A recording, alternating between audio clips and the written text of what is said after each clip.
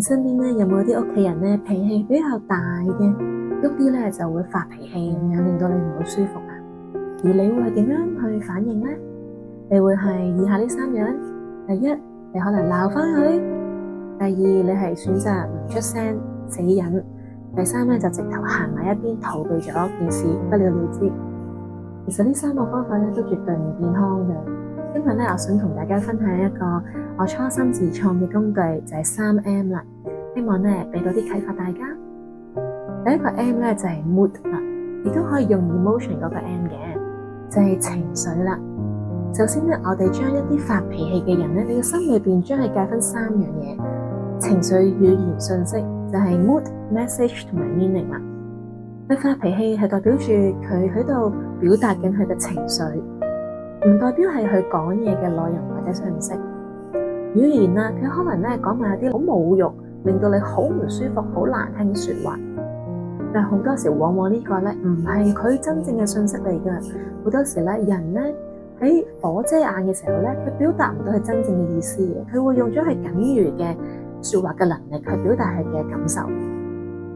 第三咧就係訊息啦，呢一個咧好多時咧你係要觀察對方發生緊啲咩事啊，從而去推敲翻佢背後嘅訊息，亦都咧你可以用問問題嘅方式去了解佢真正嘅訊息。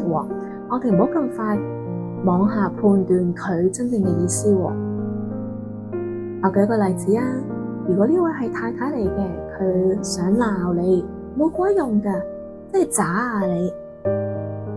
呢一個好明顯咧，係情緒就有激動啦，但係個語言咧，佢就話你冇鬼用。咁你覺得佢真正嘅訊息係咪真係冇鬼用咧？佢背後嘅訊息可以有好多樣化噶，你可以問佢噶。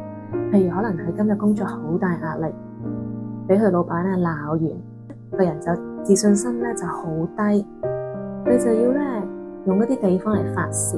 咁所以咧，如果你同佢爭拗冇鬼用嗰件事上邊咧，其實你係處理唔到件事嘅。反而你問佢做咩，今日發生咩事啊？去關心佢，去感覺到被愛咧，其實佢嘅情緒就會好好多噶啦。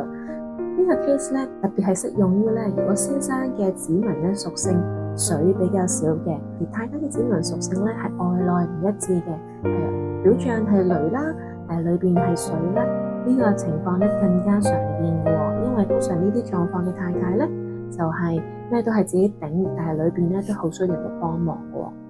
亦都有另一個可能性嘅訊息嘅，例如咧老公子民比較多花啦，太太子民咧都比較多水啦。其實太太嘅呢個語言冇鬼用咧，背後咧其實係一個求救嘅信號嚟嘅，覺得老公咧已經好耐冇關心過自己啦。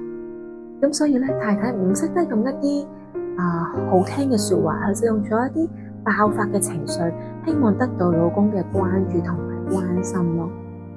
而以上呢啲嘅情景咧，唔係一定係太太嘅，嗰個角色係可以調翻轉係老公都得噶。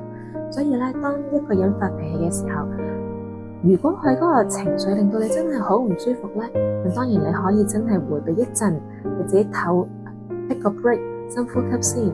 但係如果許可嘅話咧，你嘗試去問問題，去了解翻咧佢語言背後嘅信息，唔好咧淨係同佢爭拗佢當下嘅脾氣啦，即係情緒啦，同埋佢講嘢嘅語言嘅內容，因為咧其實係解決唔到件事嘅。咁啊，今日希望呢個3M嘅工具咧，可以俾到啟發大家。